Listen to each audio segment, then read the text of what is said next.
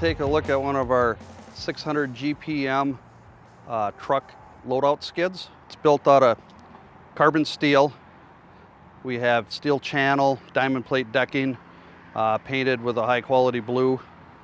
We start with a 4-inch inlet valve with an external thermal relief. We can also install an electric actuator on that serves as a secondary shutdown in case of overfill or any alarm on the aculode. Then we have the 4-inch top Cleanout Strainer with a 40 mesh basket in it. We have an air eliminator on top of that to eliminate any air. Then we have the 3-inch Turbine Meter with dual pickup coils and preamps for dual pulse security.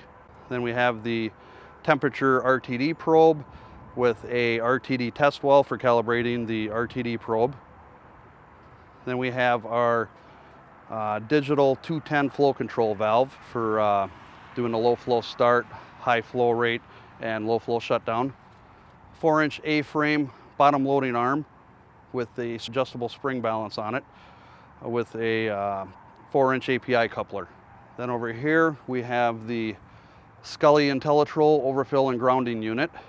On this particular skid, they may be filling trucks that'll come in without a scully on their truck. So what they can do is hook this green socket onto here, hook the ground clamp up to the truck, and put the cane probe into the top of the truck, and then they have overfill and grounding protection.